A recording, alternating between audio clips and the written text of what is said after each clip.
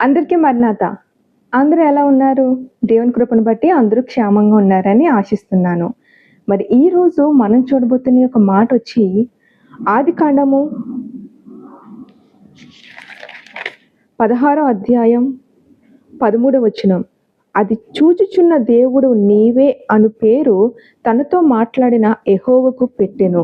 ఏలి అనగా నన్ను చూచిన వాణ్ణి నేనిక్కడ చూచితిని గదా అని అనుకునేను. ఆమేన్. సో ఇక్కడ చూస్తున్నాం కదా, ఈరోజు దేవుడు మనకి ఇస్తున్న అంశము వాగ్దానం వచ్చేసి నిన్ను నన్ను చూచుచున్న దేవుడు. ఆమేన్. సో ఇక్కడ చూస్తున్నాం కదా, హాగరు మరి అరణ్యములో ఒంటరిగా ఉన్నప్పుడు ఏం చెయ్యాలి, ఎటు పోవాలో తెలియని పరిస్థితులు ఉన్నప్పుడు మరి హాగరుని దేవుడు చూచాడు. అందుకే హాగరు చూచుచున్న దేవుడు అని మరి హాగరు దేవుడికి పేరు పెట్టింది. అలాగే మన బైబిల్లో చూస్తే రూతు విధవరారయ్యి మరి అత్తను హద్దుకొని నీ దేవుడే నా దేవుడు అని బెత్లెహేంకి వచ్చినప్పుడు మరి విధవరాలుగా ఉన్న రూతుని దేవుడు చూచాడు.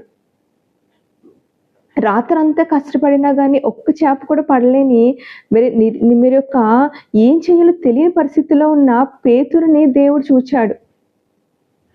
ప్రార్థన చేస్తున్నాడని చెప్పేసి అన్యాయంగా సింహాల గృహలో పడవేసిన దానియేలుని దేవుడు చూచాడు. మరణకరమైన రోగముతో బాధపడుతూ కన్నీటితో ప్రార్థన చేసిన హిజ్కియాను దేవుడు చూచాడు. ఏ పాపం చేయనప్పటికీ కూడా మరి 2 సంవత్సరాలు చెరసాలలో ఉన్న యోసేపుని దేవుడు చూచాడు. చెరసాలలో ఉండి సంఖ్యలతో బిగించిన పేతురుని దేవుడు చూచాడు. ఇలా బైబిల్ గ్రంథంలో అనేక మందిని దేవుడు చూచాడు. వాళ్ళ శ్రమల్లో, కష్టాల్లో, అవమానంలో, వ్యాధిలో, ప్రతి విషయంలో దేవుడు చూచాడు. కానీ దేవుడు చూచి విడిచిపెట్టలేదండి. ఆయన సమయం వచ్చినప్పుడు ప్రతి ఒక్కరి జీవితంలో కూడా దేవుడు అద్భుతం కార్యం చేశాడు బైబిల్ గ్రంథంలో. ఈరోజు దేవుడు నిన్ను కూడా చూస్తున్నాడు.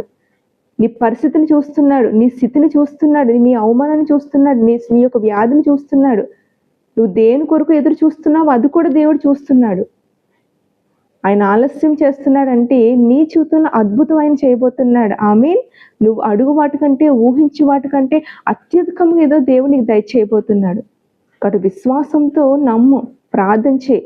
బైబిల్ గ్రంథంలో వీళ్ళందరినీ దేవుడు చూచాడు, విడిచిపెట్టలేదు. ఈరోజు దేవుడు నిన్ను కూడా చూస్తున్నాడు.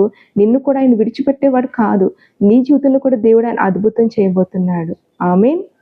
మరణాత.